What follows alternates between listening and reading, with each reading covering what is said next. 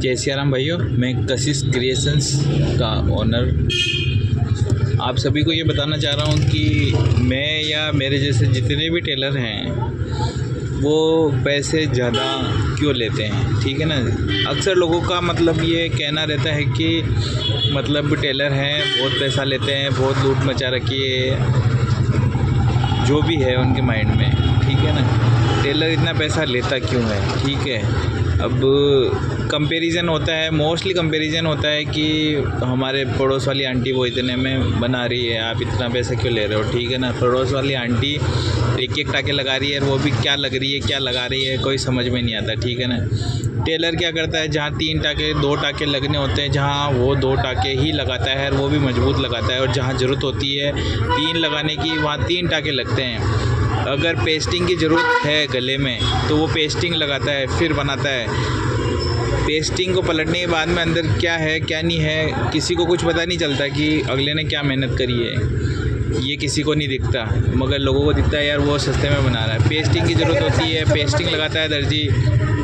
अच्छा टेलर होगा पेस्टिंग लगाएगा, धागा वाली पाइपिंग होएगी तो उसमें धागा लगाएगा, उसमें वर्क के अकॉर्डिंग मैच होने वाला उसमें वो पाइपिंग का कपड़ा अरेंज वो करना है उसको, वो भी कहाँ से ढूंढ ढांड के निकालना है या बाज़ार से लाना है, वो भी पाइपिंग शाइनिंग वाली होनी चाहिए और वो भी चुभनी नहीं चाहिए।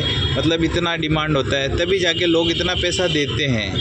मतलब उसमें क्वालिटी डालता है जान। हुक इतने क्वालिटी के यूज करते हैं कि मतलब बरसों तक उस हुक में जंग नहीं लगे। अच्छा वाला हुक यूज करते हैं, मतलब जितना पैसा लेते हैं तो उसमें जान भी डालते हैं। कपड़े में जान डालते हैं, जान तभी पैसा मिलता है। और ये हकीकत है कि लोगों को मेहनत नहीं दिखती है, अंदर छुपा हुआ जो क्वालिटी होती है कपड़े के अंदर जो क्वालिटी डालते हैं वो नहीं दिखती है। मेरे पास एक ग्राहक आया था, गांव का ही ग्राहक था, तो मोस्टली वो जो 150 रुपये में अस्तर वाला जंपर और लहंगा दोनों सिलवाया उसने। मैंने कहा चलो ठीक है, अच्छी बात है, मेरे लिए आया, मेरे पास आया था, नीचे से घेरा उसका राउंड कर दिया उसने, बनाने वाली ने। ग्राहक ने बोला था कि मेरे को राउंड चाहिए तो उसने राउंड काट के बना दिया, मगर बनाया नहीं, उसको फोल्ड करा नहीं, फोल्ड उससे हुआ नहीं।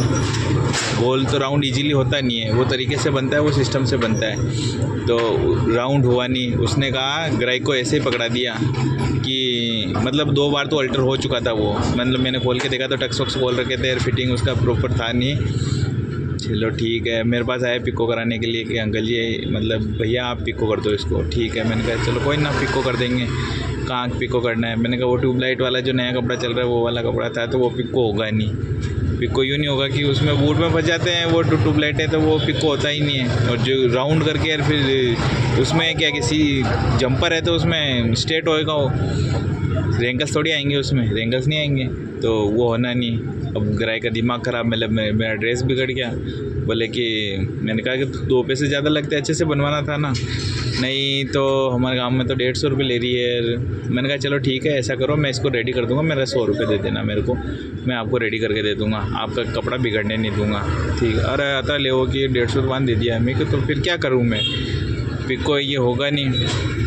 और वो तो मेरी लुकआउट है कि वाह चलो ठीक है आपका कपड़ा बिगड़ रहा है, पूरा ड्रेस बिगड़ रहा है, इस चक्कर में मैं सोच रहा हूँ कि वाह चलो ठीक है यार कोई बात नहीं मैं कर देता हूँ।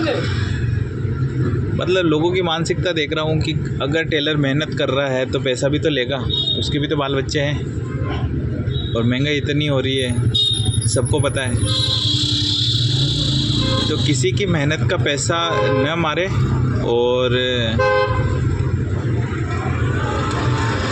किसी को कपड़े सिलाने का शौक हो तो अच्छे से अच्छे टेलर से सिलवाओ। काफ़ी सारे टेलर हैं, ये नहीं कह रहा कि मेरे से सिलवाओ, मैं तो अपना तजुर्बा बता रहा हूँ कि मेरी 2004 से दुकान है। इट मीन्स 4 से 14 और 24 20 साल तो ये हो गए, और 2 साल ये निकल गए उसके आगे, मतलब 22 साल मेरी दुकान को हो गए, और उससे पुराना मेरा अनुभव है। अब आप आइडिया लगा लो, जो भी है अपना अपना अनुभव है, सब अपने अपने हिसाब से, मतलब जितना पैसा लेते हैं उतना काम करते ही हैं। धन्यवाद। जय सिया राम।